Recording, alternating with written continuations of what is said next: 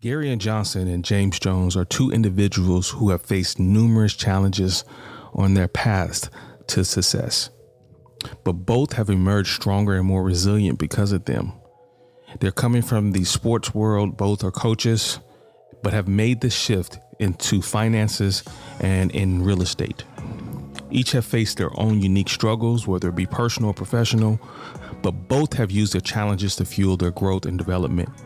Now, through hard work and determination and a willingness to learn, Gerrian and James have both not only overcome their obstacles, but have found success in their respective careers. Their stories serve as a reminder that growth often comes through struggle and that adversity can be a powerful catalyst for change.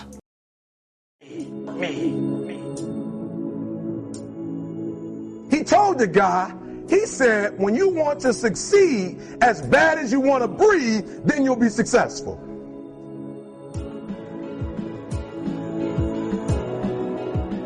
You know that one when you lose and you ain't got no sportsmanship? You know that one? Normally, you lose, you just man up. You don't want to shake their hand, but you do it anyway because that's a part of the game. But when you get so tired of losing, are you not entertained?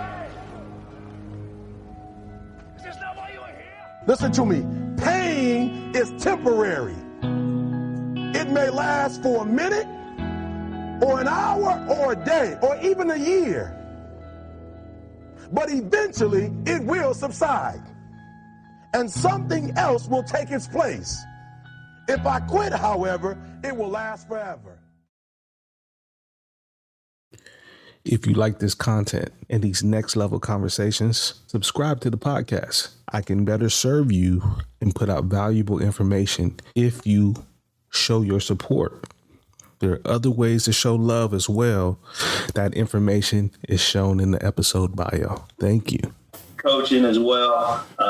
Was at lower levels, Division 1, FCS, D2, high school, all that, and had the same dream probably as a lot of people. And, I slowly realized I wasn't the same as everybody else, just from a perspective of I didn't accept the norm of the profession. And a lot of times it was because I just really believed in myself a lot more than what sometimes you're allowed to believe in yourself in that arena. I would say wise beyond my years, but it created friction in some staff rooms. And I was like, you know what? I'm probably a head coach already, and I'm in a small time role, and I've outgrown it. So I didn't need to change for the people around me. I needed the people around me to change. Oh, I like that. That was a very, very hard transition, just from a simple fact of I didn't know where that field would be, where the people around me would have changed or anything. I'm thinking it's football, whatever it may be. And I didn't know. And then it eventually led me to real estate, which I've always dibbled and dabbled in. But long story short, I was fired trying to figure out where my next opportunity was. And when I had my revelation is when I was waiting for Cliff Kingsbury to give me a call to be a QC for the Cardinals at the time. Had a buddy of mine working there. It was a brochure in, and he's going to call you on Monday, and you need to get your family ready, all that. Mm-hmm. And the call never came. And I kept thinking to myself, like, I'm more valuable than what someone else says I am. And in that moment, that's when I kind of started having that revelation, like, well, then I don't need those guys to believe in me. I can create my own. It's hard because I still love football and I wanted that particular dream so bad. But when I started creating for myself, that dream was able to be reinvented in a sense.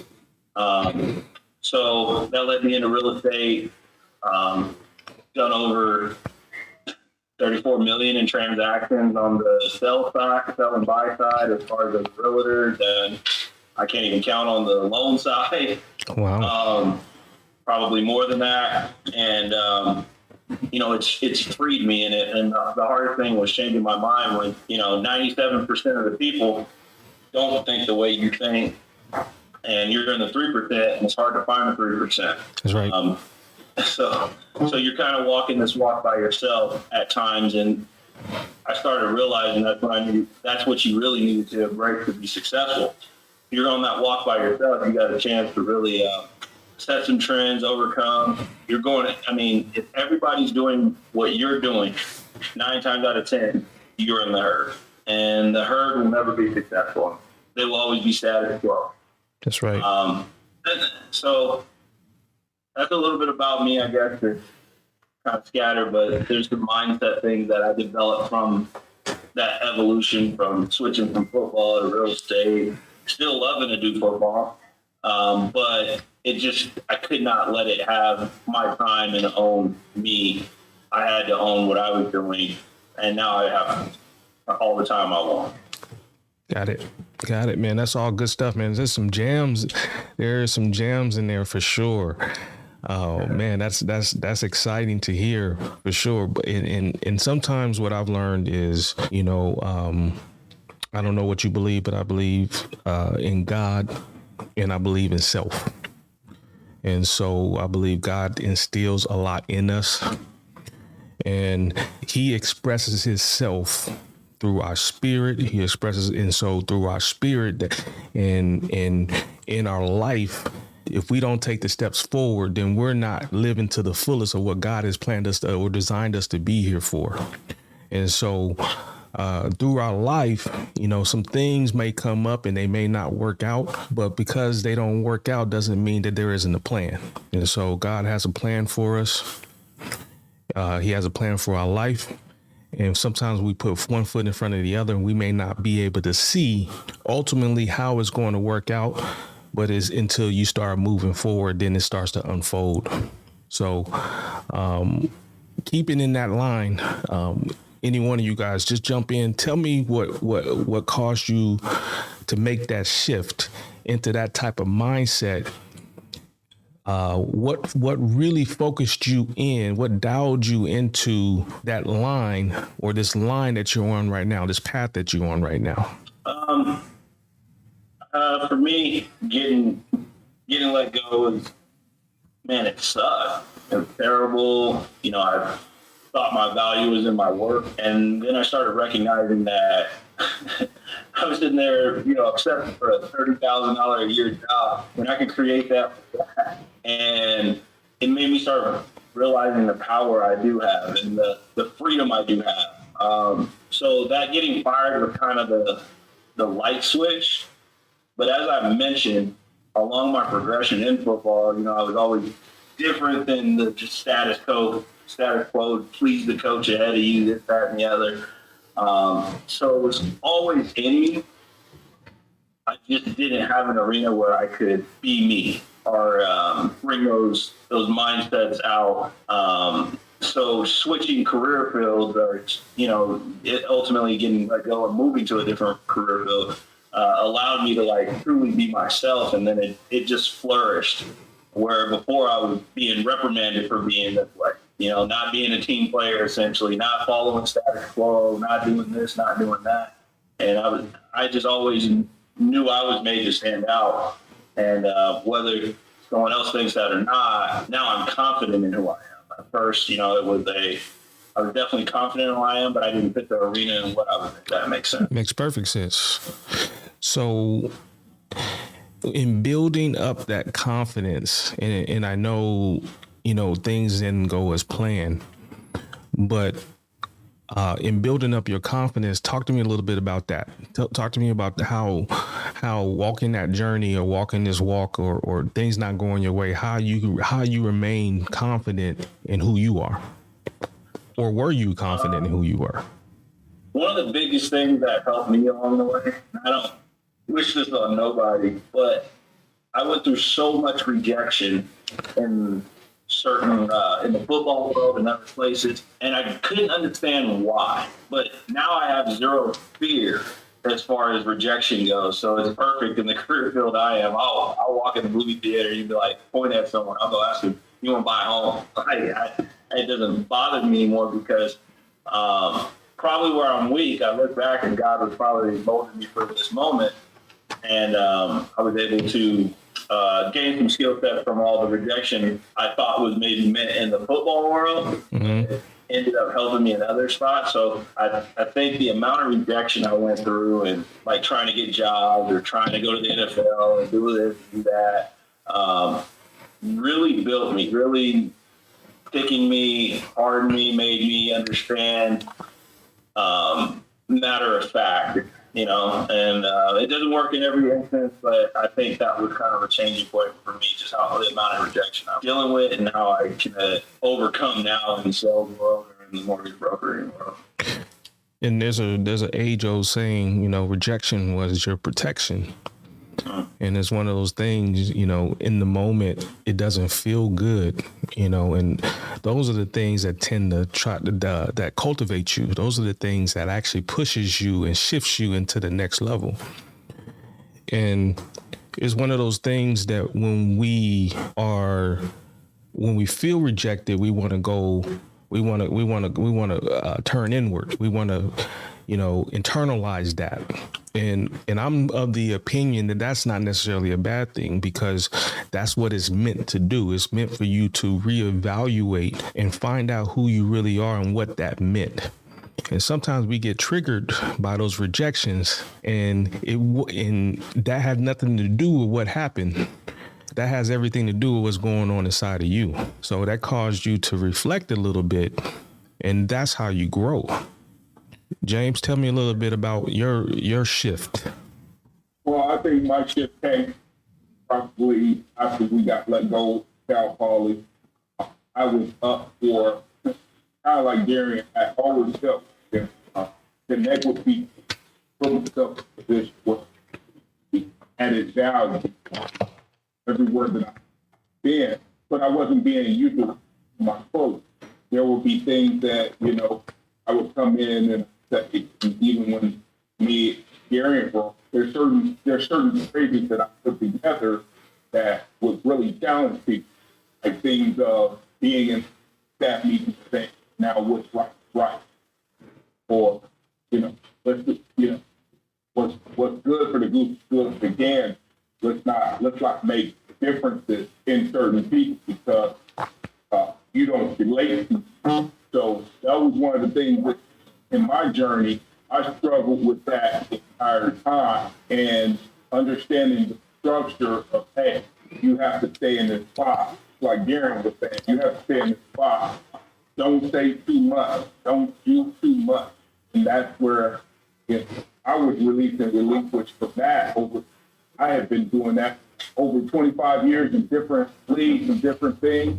And when I would speak out or use my initial ideas, that they would get heard sometimes and they would be said a different way by somebody else and they would be used. So actually part of the empowerment with me was getting with like you, Jim, okay? And I'll tell you, watch the company that you keep. I'm talking to the audience. Watch the company that you keep. Because when you have strong, open-minded, forward-thinking men with you or women with you, they are going to challenge you, put you in a position where you're going to say, instead of saying why, say why not. Mm-hmm.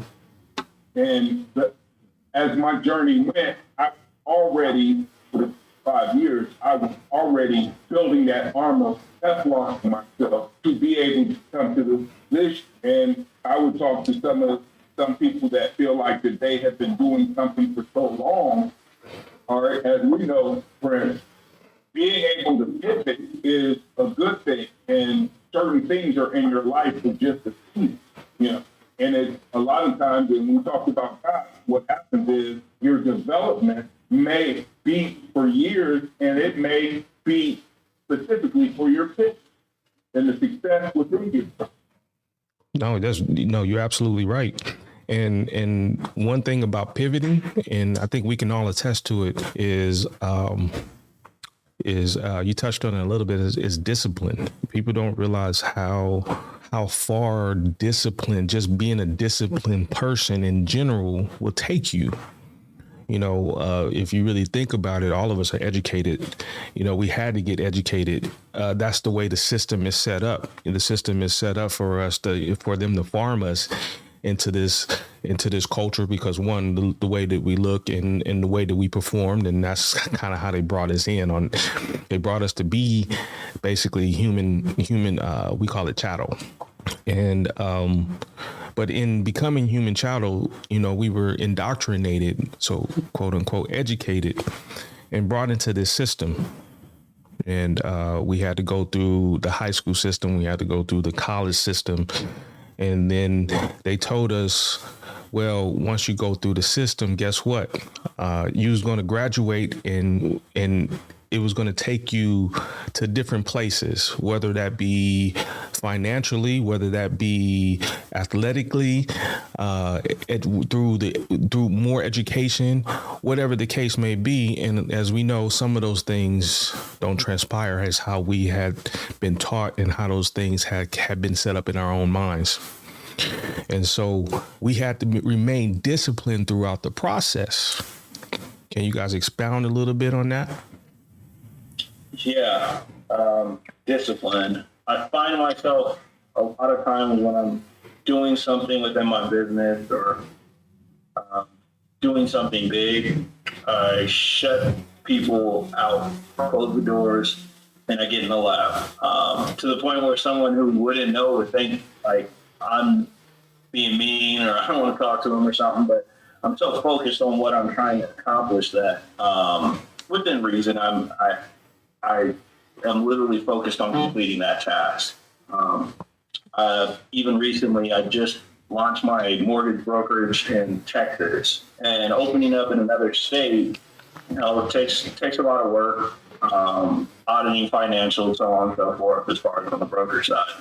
I won't get into that, but it just takes a lot of work. And when I'm doing things like that, I close the doors and I focus and I finish. And then when it's done, I get back in the game and people be like, where you been? I've been in the lab doing what, I had to set out to do and complete, because I knew being around certain people, not their fault. Mm-hmm. I didn't know how to manage that relationship and complete the task at hand. So I have to be realistic with who I am, and I have to close the door, and I have to complete the task at hand. And, when I learned that discipline, it really helped me also find out who my real friends were.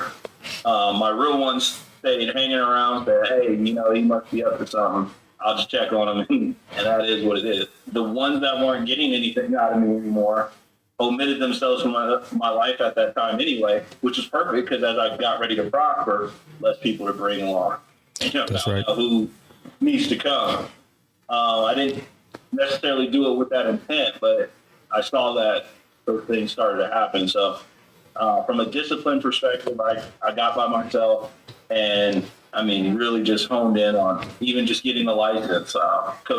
Coach Jones can testify to this. I went under the radar. Everybody else was straight to crypto and into that, and I was doing really good at it, But I didn't want it. That's not what I wanted. And everybody, was like, why are you not doing this? Why are you're good at this and you should be here? That wasn't what I wanted. So the discipline I had to, for myself, is I literally had to turn it off, turn everything else off, and focus on getting my license at the time, which paid huge dividends. In the crypto game, I probably would have made 20, 30K. In the mortgage game, won't disclose any numbers, but it ain't that. Hey, just the fact that you have different mortgage companies, it really paints a picture of the direction that you're moving in.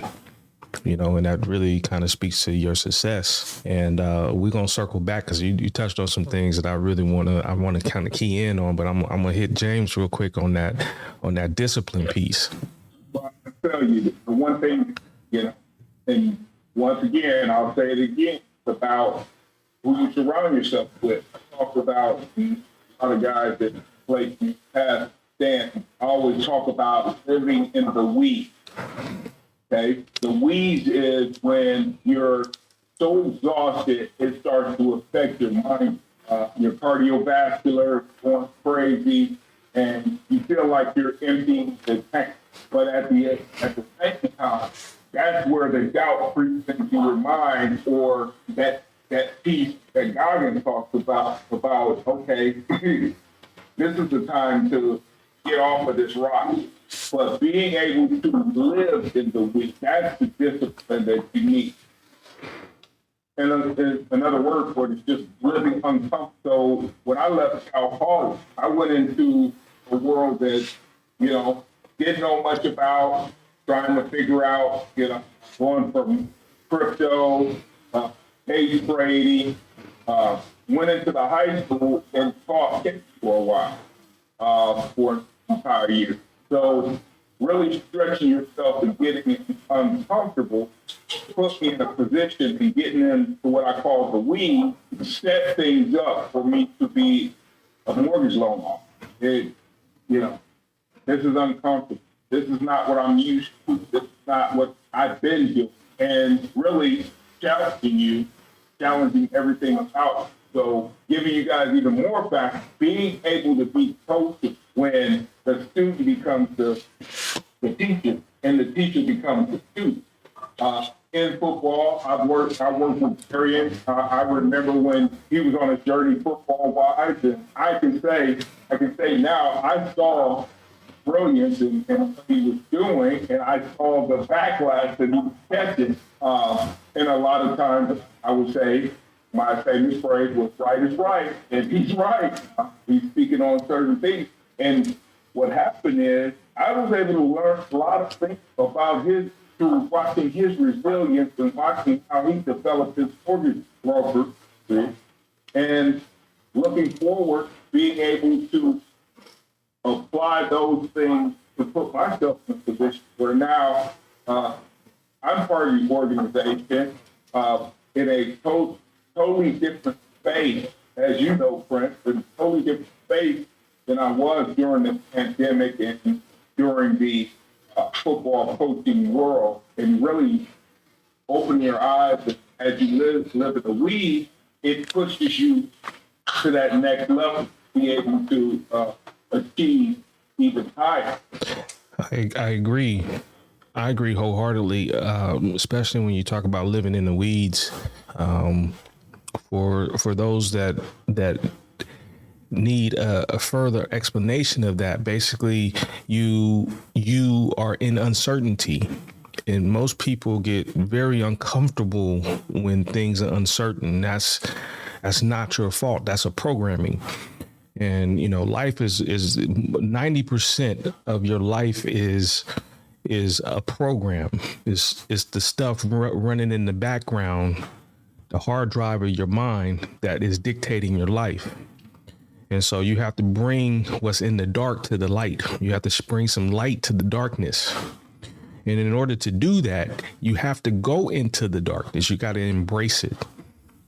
And what feels uncomfortable is probably the very thing that makes and drives you towards your destiny. And when you are, as Coach just said, he says you have to be coachable, and not all the time can you get through it by yourself. Sometimes, but you have to go through it to get through it. But you can't get there by yourself, and everybody needs somebody. And in the martial arts world, you learn better when you're able to teach the material. So each one teaches one. And so, and that was actually part of the reason why I started this podcast, is because I realized that I have so much inside of me, it's just like these gentlemen sitting here on this podcast right now, that I have to give it back. My purpose is in giving back to you guys that are listening to this podcast right now. And what they're saying is absolutely right. You get comfortable with being uncomfortable. And miracles happen. Miracles do not happen in the known. Miracles always happen in the unknown. And that's not theory. That's actual fact. Is how many times have we gone through life and we just said fuck it, or I let it go. I can't do this. God, I can't do it on my own. And you let it go, And guess what? It works out, and that's because you just allowed yourself to be in that uncomfortable situation because you couldn't fix it anyway. And in that uncomfortability, that's when he can work and he can create miracles. So, Gerrian, you initially started off talking about belief in self. I want to dive deeper in that. That is the last couple of years has been pivotal for me. Just when we're talking about pivoting, I've been going deeper into self. But tell me what that means to you. Such a loaded question. I know. I've always had a strong belief in self, but in being in the football world, if you're not the chosen guy, you're supposed to back up and be a team guy. And I will say this, I'm probably a terrible team guy. Because I always felt I was meant to be the spotlight. That's right. I say that now just to be critical of myself. And don't think you don't have to be a team player at times. That was some of my evolution in the negative and the positive. But that's how much I believed in myself. Man, it's such a loaded question. I mean, just looking at where I'm at now, how much I bet on myself. I leave parts of the story out where I turned down jobs to start the mortgage brokerage, and some of those jobs were obvious you should take them. And I turned them down because I was thriving and starting to thrive in real estate. And I was like, stay the course, stay the course. I think believing in self matches up to what I've branded in business. Coach Jones has the logo on his sweater there, and it's called TAG, and people were like, "Oh, what does that mean?" Well, the acronym has two meanings. One, it's the initials of my family with my name at the back, because I lead from the back of the pack. And the other is called the affirmation God gives. And I say that acronym means so much because if you have affirmation from God, that's when you can believe in yourself. So I always knew I was different. I was always certain God was leading me. And sometimes I went the wrong direction, thinking he was leading me there, not being spiritually developed to understand what he meant in certain instances, and still make mistakes, obviously. But when you have that affirmation from God that you're going to be something, you can say it openly and everybody can laugh, and you'll still believe. That's right. Right now, I own a mortgage brokerage, I own a real estate brokerage. The next thing I want to do is develop. I have no clue how that's going to happen. I'm almost for certain it will happen. I don't know when, I don't know where, and I don't know how. I don't even know why, but I'm almost for certain that will happen at some point in my life. And it seems crazy because the amount of capital you got to raise, all this and all that. I don't have that. But when I got tried to flip homes, I didn't have that at that time. And now I look back and I'm like, man, I got that capital to flip homes. Yeah. So if I was able to get to that, why couldn't I get to the other thing? And then I think when it comes to belief in self, I found myself putting limits on what I believed I could do. And I think when you really believe in self, you got to be unrealistic with your expectations, because that's where God meets you. Oh, yes. He qualifies the call. He doesn't call the qualified, right? So if you want to be a billionaire, perfect. Now God can actually show you who he is. Yes. Whereas if you just want to make $35,000 in your home-based business next year, you got affirmations from God and some hard-headedness. We call that the will to win. It can be hard-headed, but it's the will to win.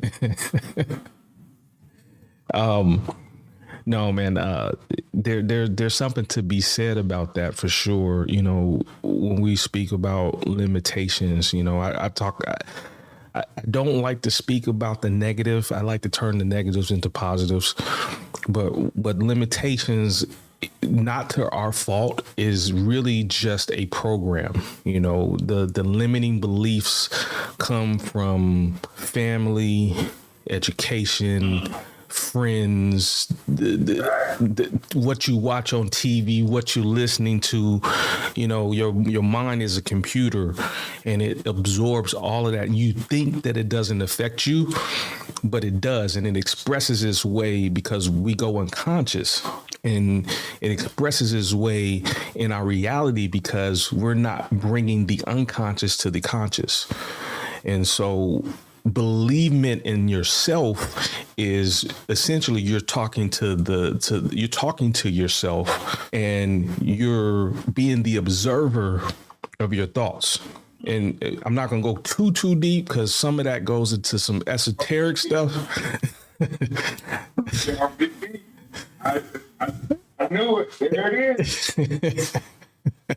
We might touch on a little bit, but I do want to hear. I want to hear from. This ain't about me. This is about James today, James and Gerrian. So we gonna let you guys talk, not me talk. But that's why we've been fighting for so many years. I'll tell you the thing that I say would be self. The way that you feel about yourself, you have to your self-talk. I think that's the. But at the same time, when you have that good star in yourself, you're living weak, and you keep trying.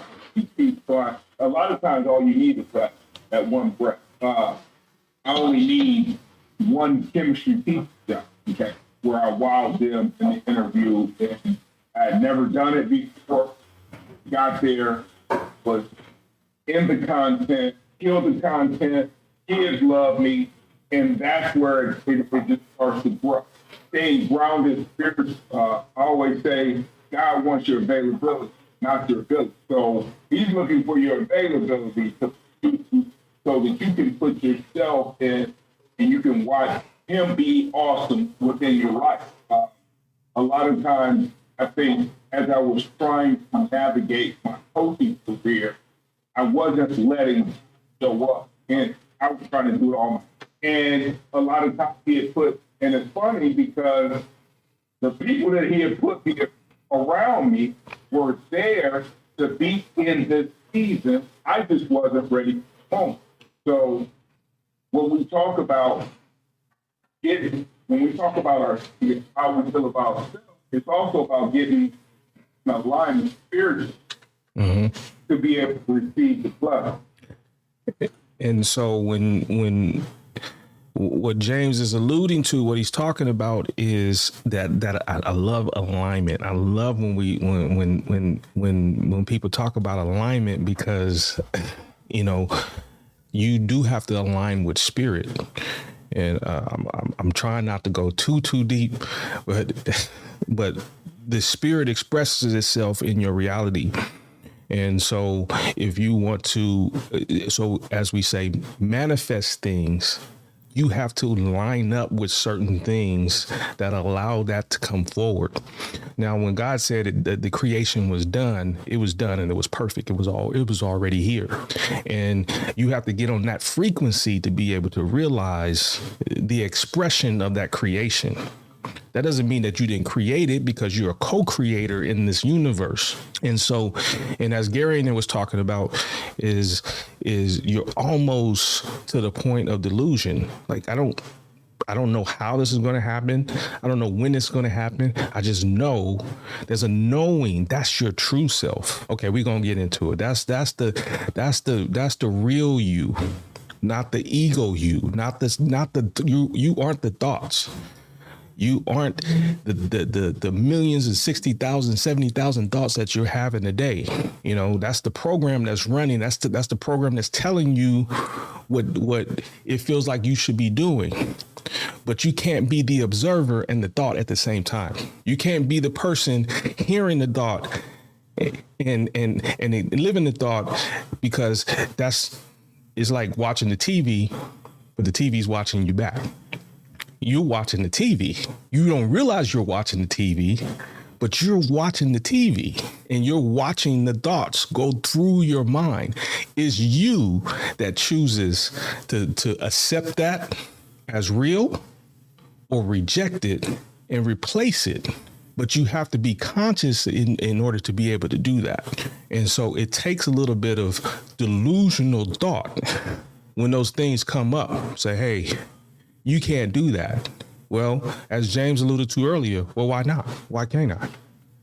Why can't I do that? You know, God said I can do anything that I wanted to do. So who am I going to believe? Am I going to believe him, or am I going to believe this passing thought? You know, and so those thoughts expresses themselves through your feelings. And so when you're able to speak to that thing speak to the thing that is not as though it is, I've got the goosebumps going through on my skin right now, because that's how the Spirit is moving, is talking to me right now. When you're able to speak to that thing because you believe it so much, nobody else has to believe you. You believe it. Anybody else want to chime in on that? I'm getting, woo, boy. I mean, that's manifesting to me. I look at one of the biggest places this showed up in my life is finance, which is something I actually love as a topic, period. But, just manifesting things, believing something you can create, and being able to kind of decipher what's the thought and what's the Spirit of God, please. What's the negative thought. So I 100% agree with what you're saying, and if I could tell anybody anything, it would be more along the lines of, like, if you have that thought in your mind of some sort of positive outcome, whatever it may be for your situation, and it seems so unrealistic, if you could just find that ounce of something in yourself to, like, push towards it, you'll find that you'll have more pleasure in your day-to-day endeavor than you will if you succumb to that thought of, oh, I can't do it, or whatever that negative inverse thought is for that you may have. I hope that makes sense. But makes sense. Oh man, that's deep. Tell me how you go about your manifestation process there, James. You've manifested a lot of things in the last year, man. You set out to go do some things, and you were relentless in moving forward. And tell me how you manifested some of these things that's happened to you. And it's funny. I never knew that all the things I did basically put coach football. As soon as I walked across the stage, and never did I know the skills were so intertwined with what I did. So, when you talk about manifestation, it was just the belief, the self-belief, and just talking myself into. I didn't feel like it. Didn't matter how it was, talking yourself into the routine of doing what needed to be done in order to have it. But also, and Gerrian will attest, being humble enough to be obedient, to see and work through the things exactly the way the person had some success that you're looking for, is that, like, okay, if the playbook has already been written, okay, why not? Yes, once you get to the point where you can be self-sufficient, but initially you got to understand that it's all about blocking and tackling as you go into the football. It's about blocking and tackling. So when somebody's having a success, you're like, well, he doesn't miss it. You might want to do what he or she is doing to have their success until you create the experience. So the manifestation also with the recognition and a compass and an attraction. I'm going there for an attraction. I know. Let's get into it. You guys getting comfortable now. Yeah. You already so, the manifest also, I think that in some instances it's a duplicatable. Absolutely. But yeah, you were saying manifest, like, I'm literally copying, I guess would say mentor, my business partner. I'm literally copying everything he's doing. I'm doing verbatim. So a part of the manifesting is manifesting the right friendships, manifesting the right relationships, then manifesting the right opportunity. And manifesting the implementation. That's it. Like seeing the whole process happen. I would love to tell you I'm like really in person, but I'm literally copying someone. We give credit to them all day. Thanks, Linnell. But I wish I could say I'm doing something different, but I'm doing verbatim. Like he'll literally tell me do this, and I'll be like, well, I don't think that's the way, but I'm certain that you're doing it, so I'm going to go ahead and do that. Right. And I find my way, and I manifest my way into a situation just by manifesting good relationships, manifesting obedience, manifesting opportunity, manifesting belief. So, duplicating in your manifestation, I think is huge too. Well, the beauty in what you're speaking about is that discernment to even be able to see the wisdom in that. Me and James had a conversation a few days ago, and he was talking about when you see the opportunity, the opportunity is always going to be there, but when you see it, you got to be able to walk through the door when it presents itself. And so, what we think is, especially, I know you guys know it in our communities, we called it, okay, well, if we copy somebody, then that's biting. It wasn't original, but everything that is, in this capitalistic society is duplicatable. That's the whole point of capitalism, is being able to being able to replicate and create systems in order to continue the legacy. And there's wisdom in that. And wisdom, when I speak of wisdom is not enough to have knowledge, because we all have access to knowledge now. Your phone is probably faster than the computers that we had when we were younger. So yeah, everybody has knowledge. It's being able to apply knowledge now, and that's the wisdom, and that's where each one teaches one. That's where the mentorships come along. And so it sounds like you had a lot of good people who mentored you. And so my question is how do you block out the noise? Because I'm gonna speak to it a little bit. We don't want to go negatives, but there's a light in the dark side. We're gonna touch on that a little bit too, Gerrian, because you said it. Because we do live in a dual universe. We live in a dual society. You can't have up without down. You can't have dark without light. You can't have good without evil. So that's just called duality. So we're gonna touch on a little bit. I don't want to go super negative because this podcast isn't that, but I do want you to tell and talk to us about blocking out the noise. I think the hardest thing about the noise is, if we're talking about good and evil, we got to understand that evil knows what to attack. So sometimes the noise comes from the place where evil knows you'll listen. So I'm sure a lot of people have a problem with family, friends, could be a spouse, could be whatever. But the devil knows those people that you value. So if he wants to put something negative in your life, why would he go through Joe Schmo that you don't value? He knows you ain't listening to him. That's right. That's almost pushing you in the opposite direction, the way he doesn't want you. So you have to be able to realize certain people role in your life. You can love your mom and dad to death. They only have a certain amount of role in your life and certain things that they have access to advising you. That doesn't mean they don't love you when they advise you on everything. But certain things they can and cannot advise you to. I've been using this statement a lot the past couple of days, and it's so true when we talk about how to get advice, how to piss people out, and it's a simple thing, and in the financial world, but don't take investment or financial advice from anybody you're not willing to trade bank account with.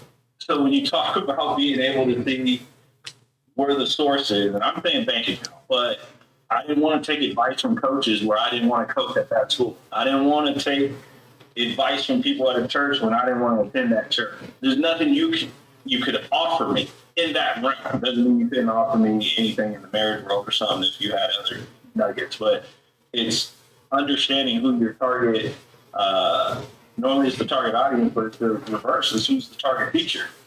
So when I credit the person advising me and I'm copying, I don't take marital advice from him. His marriage is fine, but that's not the nuggets I need from him. I'm taking advice on brokerages, real estate, contracts, things like that. As you know, I take advice from my dad on how to father my son.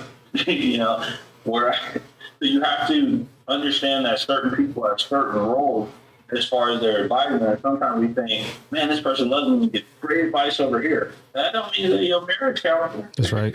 You know, they could be in their third, fourth, fifth, or divorce. They could be single, trying to tell you how to be married. So I think a big part is qualifying the advice. And it can be hard because, like I said, normally family's a factor that it's hard to put up those walls. So I would say as you grow, really start looking at who's giving you what advice and actually qualify it based on what it is you're trying to accomplish. So when I was younger, I was involved in sales a little bit. And it was the ABCs, always be closing. And so, and part of the sales process is qualifying people, you know, because not everybody is right for the situation. If you're a good salesman, you're not going to sell there's some shady salesmen out there, but potentially you're not going to sell, if you're a good natured person, you're not going to sell somebody that they really don't need. So you have to qualify them. You know, and that would hold true with the energy exchange that you have when you're dealing with certain people. And so not everybody is going to have the right information to give you, and you have to qualify that information that fits you. But there is a certain amount of discernment and wisdom that goes into that. But James, talk to me about blocking out the noise. Blocking out the noise, creating something.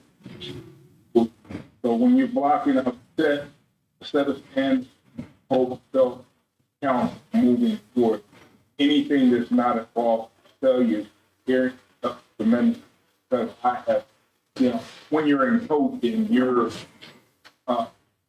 coaching the fundamentals of whatever. You go from that to straight to what? Truth. You go right now to spring ball, and you're going through this phase of this. So initially, it was easy for me to move, kind of pivot quickly, trying to do a lot of things.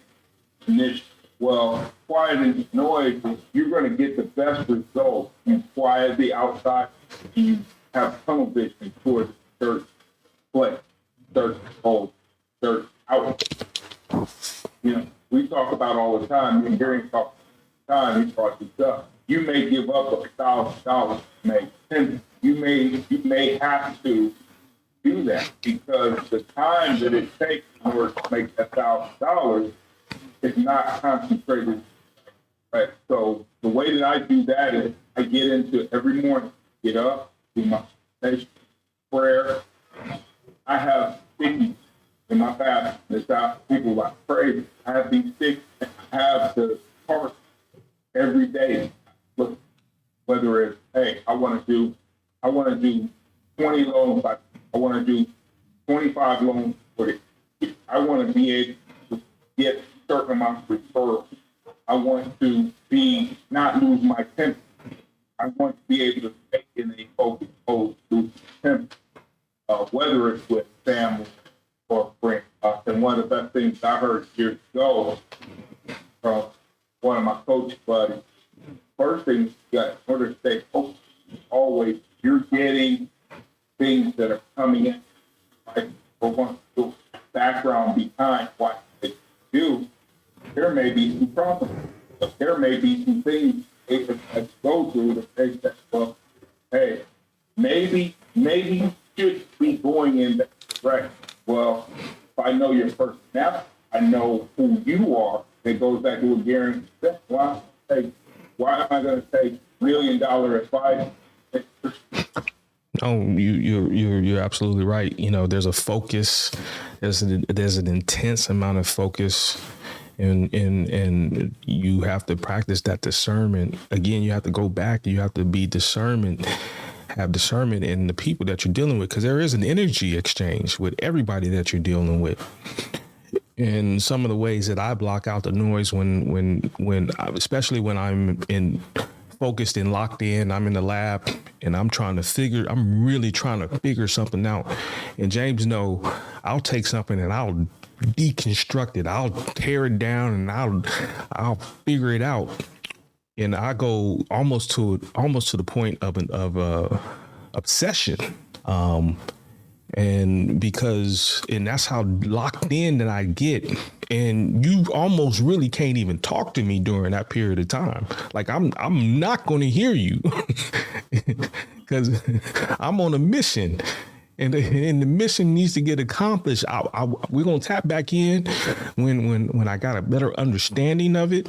But until I fully get a grasp of it, I'm not hearing anything that you have to say. And anybody that knows me knows that that is absolutely my personality.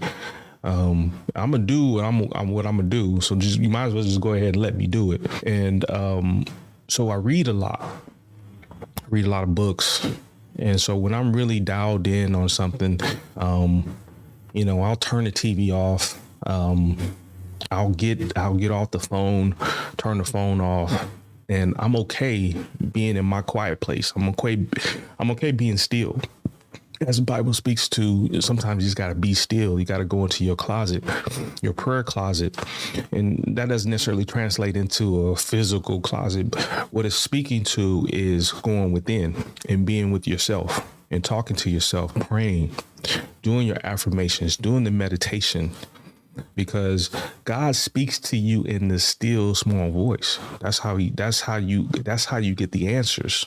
And you don't need anybody else to get the answers. If you just be still, he'll talk to you. And it's different for everybody.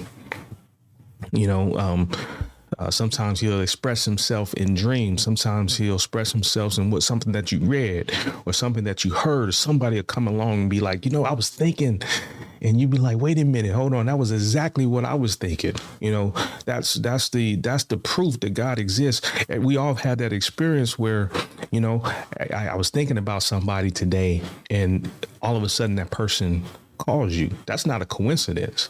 People call that a coincidence, but that's because we're all connected. That's an exchange of energy.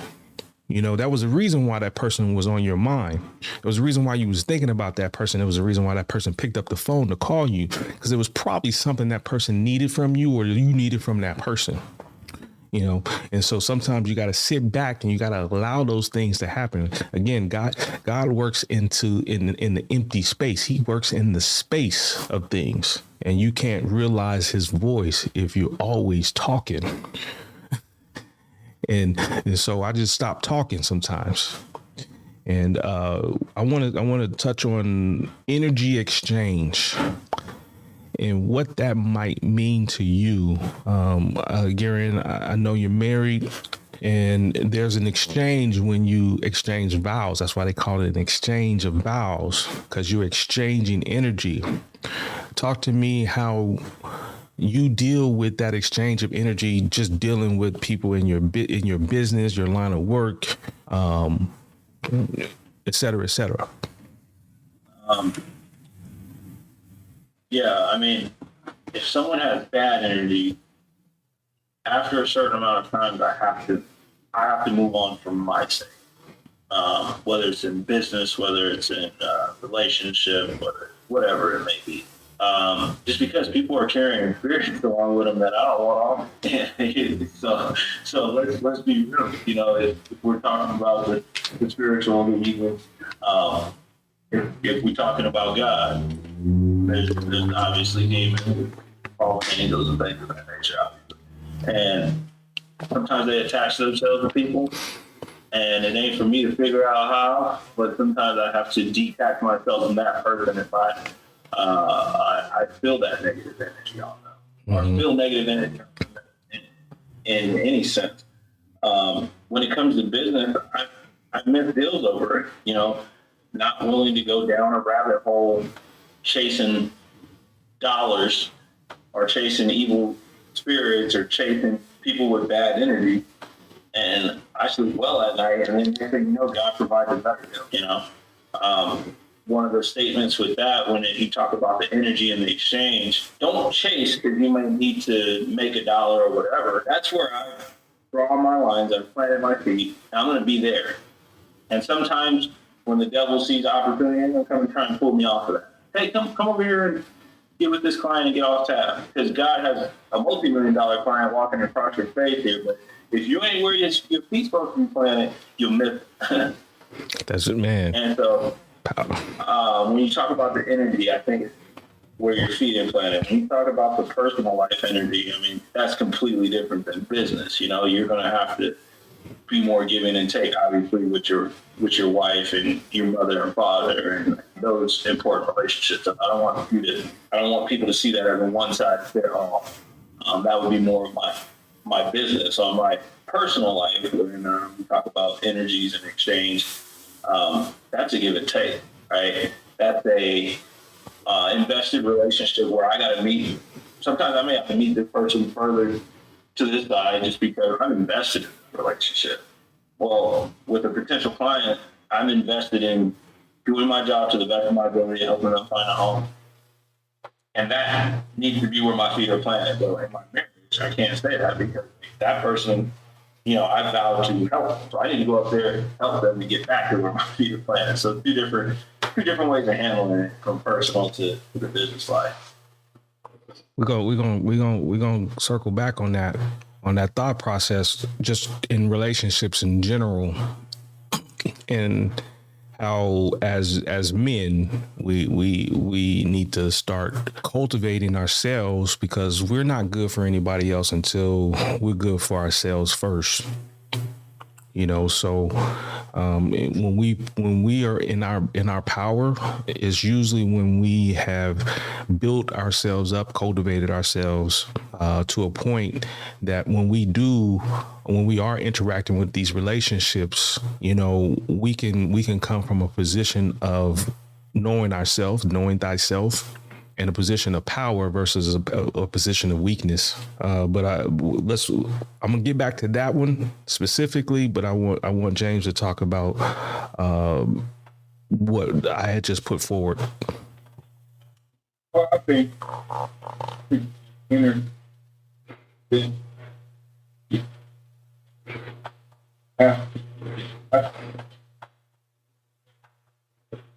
James, you're cutting out a little bit. Yeah, Is that better? Yeah, that's better.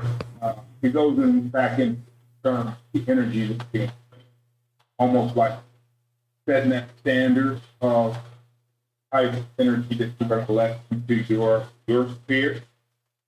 Because I'll be honest, I had to really look at the football itself, the sphere of what it looks, the very competitive,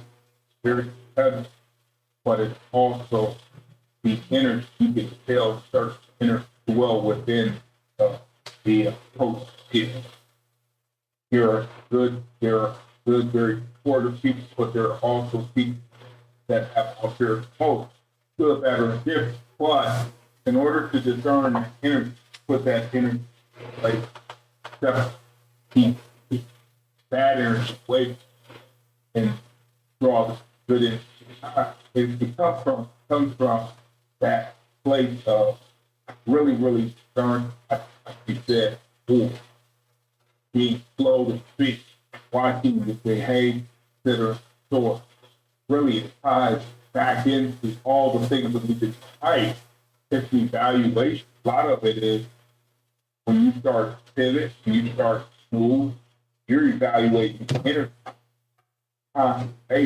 And sometimes sometimes it'll be just because you thought somebody, was in a certain state energy for whatever reason, whatever situation that they end up, being part of, flipping from the positive energy that you're used to thinking to that negative energy that you have to dispel, wait.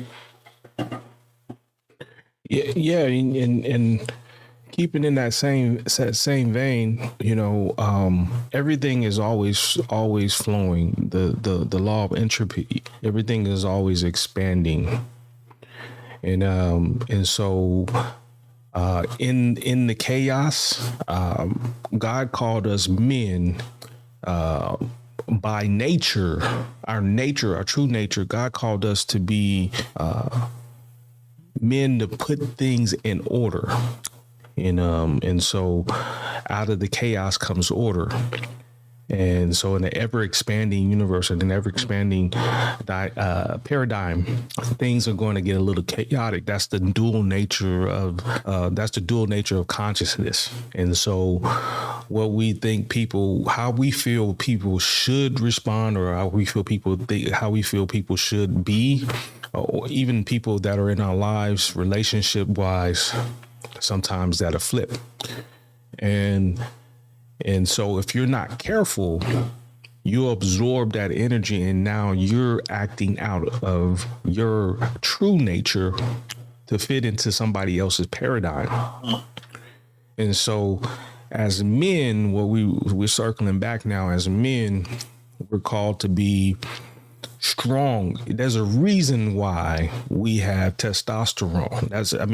Physiologically, but also from a deeper esoteric meaning. Testosterone provides men energy, and it creates a level of aggression. And when I say aggression, I know what people are going to say. Well, that's toxic masculinity, whatever. It's not that, because you can still be gentle but firm and move forward with authority. And so there's a reason why God made us that way. And so in cultivating, and everything that we're talking about tonight is the cultivation of that masculinity, is the cultivation of our manhood, because we're leaders in the community. James, you're a leader. Gerrian, you're a leader. And God set us aside, and he has called us to do a work, but we can't do the work if we're being depleted of our energy, because we're giving people who are undeserving of that more time than they need it. So in fostering those relationships, whether it be, I'm not married any longer, but I have a daughter. I have a teenage daughter that I have to look after. I have to oversee. I have to make sure that she's functioning and firing at the level that she needs to function, that she has the right example in her life. So she's not looking out for those young men who have not created that cultivation yet. So just kind of give me a few examples of how you guys are doing that in your own lives. Well, I would say a lot of it is that's the real good one. Take your time. I would say how I'm cultivating it is just staying to the task and just making sure that I'm keeping my eye on the prize. And when you don't deviate, you keep your spiritual and moral compass together, I think that those things align correctly for you. G, go ahead. I'm gonna. We got time. I want to go deeper on this. So let's talk about it. Repeat the question, Paul. How do you guys, or how do you cultivate those relationships in basically in a chaotic paradigm, a chaotic world? Whether it be with your children, your wife, your friendships, things of that nature. How do you build other people up, where people aren't necessarily planet where you are? I'm gonna use your phrase, planet where you are. How do you say, hey, this is what you need to do, without coming off judgmental and as people think, he's judgmental because he's telling me this is how it should be how it should go, and that's really not how old societies really function. It's really hard, especially in today's world. I'll just be honest with you. A lot of people are very sensitive. Yeah. But that is the world we live in, like you said today. So the best you can do is try and be an example. When someone shows you interest, then you kind of gauge how much further you can go as far as giving them advice or recommendation. And the last thing I think is more so, if you're living the life and setting the example, 9 times out of 10, the visual is going to go further than the word. All right. So I think about when my kids, I want them to be financially free when they're older. So I take them to the title company with me when I close deals sometimes, just so they can handle money, just so they can see that this is for growth. I take them when we do marketing, just to see that money is meant to grow, not to hold. Now, that's in the financial world, but I also use that same principle when trying to create examples for my son. It's more so finding them in a certain world and meeting them there when they're receptive to actually hearing it. And it's hard. Sometimes you're going to say it at the wrong time. Sometimes you're going to try and guide and you don't want to be guided at all. But you have to be really intuitive to when that person's at a moment of being receptive, I think. And that's probably the hardest thing, because we all have emotions and feelings, and sometimes we don't want to hear it. So that's where I think is finding that pocket of when someone is receptive to actually hearing it. And unfortunately, it comes after they bump their head 10, 15 times. Like, I could have told you this the first time, but they weren't ready to receive it. Mm-hmm. All you would do is stress yourself out too, trying to have them receive something that, it would save them, and you're absolutely right. They ain't interested. They rather bump their head 12 times. I don't know what God has for them. They may need to bump their head 12 times. So you made a good point there. One of the things that, and I'll add just a little bit to what Gerrian was saying, in that chaotic place, you got to realize that you can't protect those people that you're in relationship with from their weeds or their adversity, because that's where their greatness and their growth is coming from. So I want my kids to be able to operate in chaos, because when it's calm, they'll be able to perform at a high level. But how many times have you seen inexperienced people or young people not be able to operate in the chaos? So I think what you do is you stage it a little bit, but at the same time, you put yourself in a position where they have I call it training wheels. They have the training wheels on, and as you're moving them forward and they're moving too far to the right or moving too far to the left, you're able to advise. And I think that is where, like Gerrian said, they're going to be listening, because they're in the turmoil, and you see that you're moving forward, and then you may get stifled by going to the right or to the left. And as we guide you, you see that the advice that's being given is working, and then that empowers you to be able to teach even further. Yep. You're right. All positive things, all things of wisdom. We're going to shift gears a little bit because we've almost been on an hour and a half, believe it or not.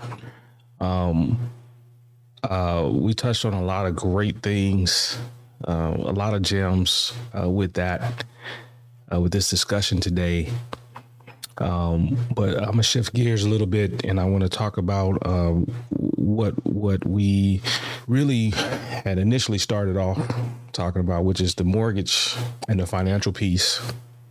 And I want you guys to kind of discuss a little bit about how to move forward with that and how that has benefited you. What are the steps? What's the barriers to entry? Things of that nature. Give some guidance and some to the young people that are probably going to be moving forward in that way here in a few years from now. Yeah, I think you start off, Gerrian. From a broker standpoint, I mean, you can, and then we can scale it down. So the reason why I asked you if you want to go, because maybe just talking about the process to actually get in. Okay, yeah, I can do that. So what it actually takes to get in is you have to take a 20-hour pre-licensing course. Basically, they're going to talk about the law, the ethics, and all types of things in the mortgage industry. Just to introduce you, you take some very small tests just to test the knowledge that you have, and then the real work starts. Okay, so then you have to, and I highly recommend you taking a course in order to pass the MLO test. Okay, and it's a mortgage loan originator test. This is a test, and I will say this: this is a test that tests your knowledge by. It's not like science. It's not exact. It's scenario driven. So if you don't understand the laws and how to implement them, it'll put you in a very tough situation. And to be quite frank, you'll fail the test. Okay, so you have 3 opportunities to take the test, okay, initially in the first part. Okay, if you take a month, if you fail, you have to take a month or 30 days before you can take it over. Okay. After that, if you fail it again, you got to take another 30 days. You have 3 times to take it, and then they will make you wait 6 months before you can take it again. And then you can take it 3 times within that 90-day period. So it's a lot of information. One of the things that I'll say, make sure that you're intentful with understanding the concept that you're learning about. It's definitely a journey. If you are not a law person and being a science person, it really tested the. I think we might have lost him. Okay. There you go. Okay. It really puts you in a position where you have to understand how you learn unfamiliar or difficult information. I have no background in mortgage and rental properties and things of that nature. I was a little bit different than Gerrian, but once again, the steps are put in place, and that's where I talk about you have to go from being the teacher to the student and being able to see everything that somebody else has done. I'll give you an example. Gerrian told me exactly how to take the test. Didn't do it exactly. I kind of figured I had a system that I needed to do it. Didn't work out for me, and I didn't pass it until I really listened to the things that he had to say and actually implemented it with intention. So that's the initial part of getting the MLO. And it takes the study time. It varies with certain people. I was getting off from work. I was taking a little time, little pockets of lunch hour to look things over. And it made me dig deep into who I was and how I learned difficult information. And I had taught chemistry. I'm like, this can't be that difficult, but you got to be intentional and you got to be strategic in how you study for the test. And it's not a test you can go away and then come back to. Like, you need to have consistency in your pursuit to study, retain the information, and then take the test. No lie. Gary, anything you want to add? No, I mean, he's spot on. After you do the hard part, which is pass the test, and just so you understand why the test's so hard, I mean, they are giving you a license to become a millionaire. They're giving you access to millions of dollars. They're giving you access to funding people's homes. These are serious transactions. So it's important that those people are highly qualified and going through a gamut of understanding what it takes to close the proper way. But once you pass that, which is highly doable, we both passed it, as well as plenty of others, that's when you'll get a background check, fingerprints, and you'll register as an MLS, and you'll meet someone like myself, a broker.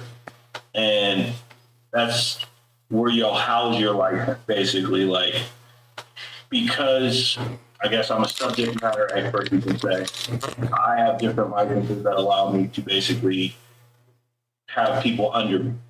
So you're looking for a broker to basically retain your license, as we'll say. Once you choose that, the next thing is like actually getting out there and trying to generate some leads. And that's where the real fun begins. You'll find that the people around you closest a lot of times don't believe in you. I've only closed like 2 or 3 deals with family. Everything else has been people who don't know me.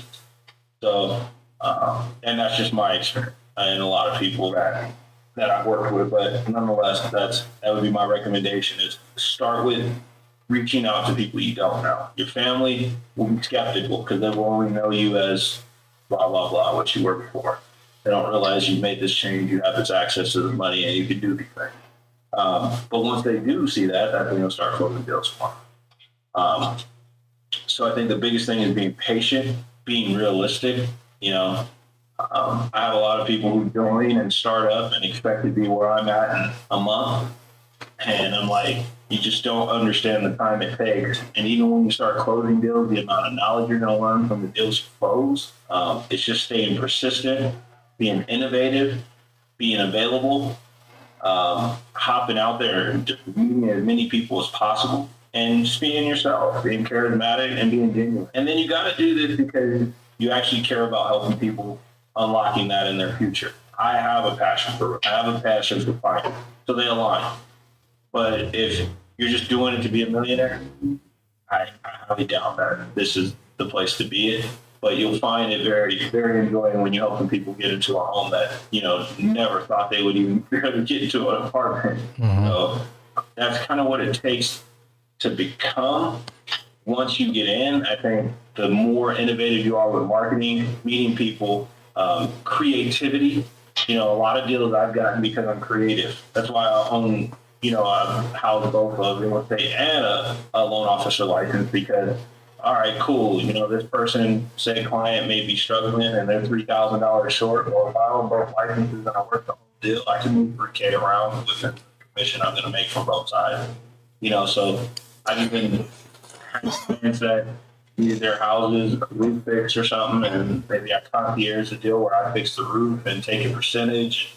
I mean, you just have to be creative. The answer is never no, but you have to be willing to be creative and get out of your comfort zone.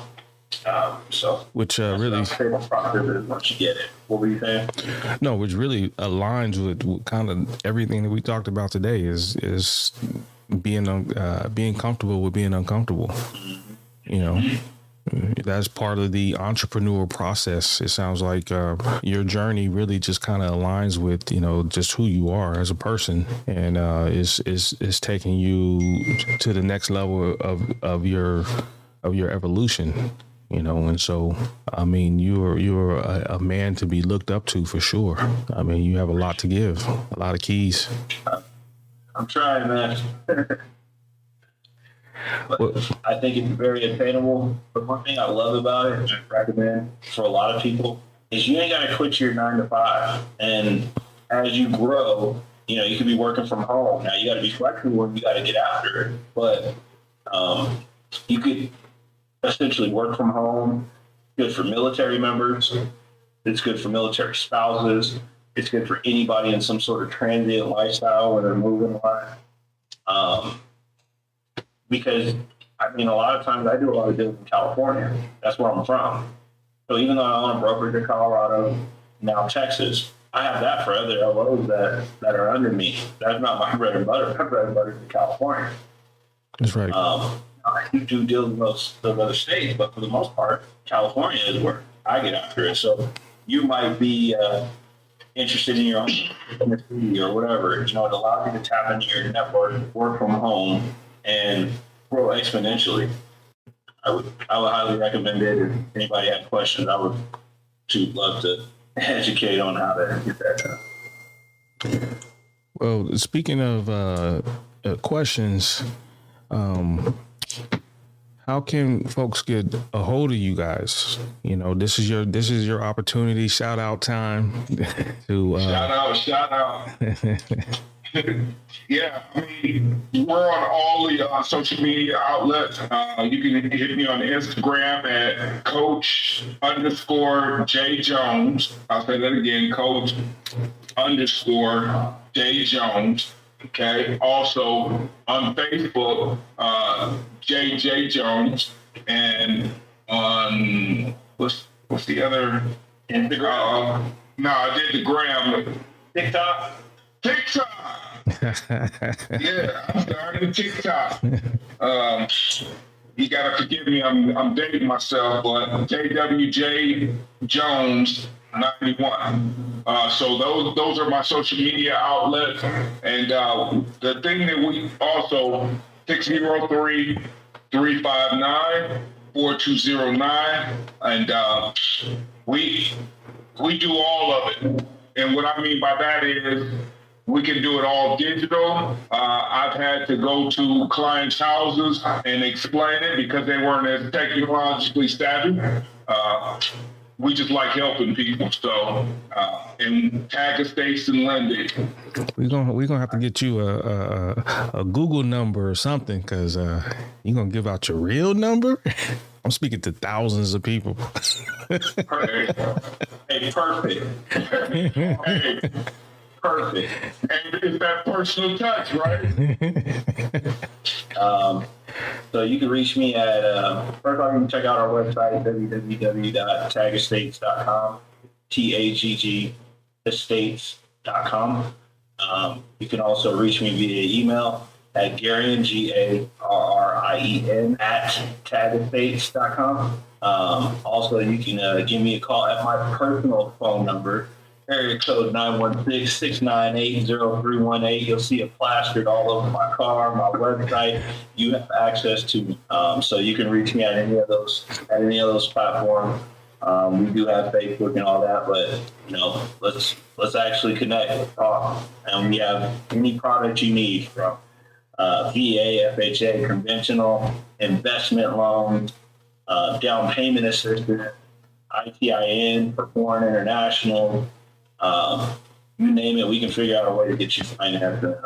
Bank statement, DSCR, whatever. Well, good stuff, gentlemen. We are just over an hour and 30.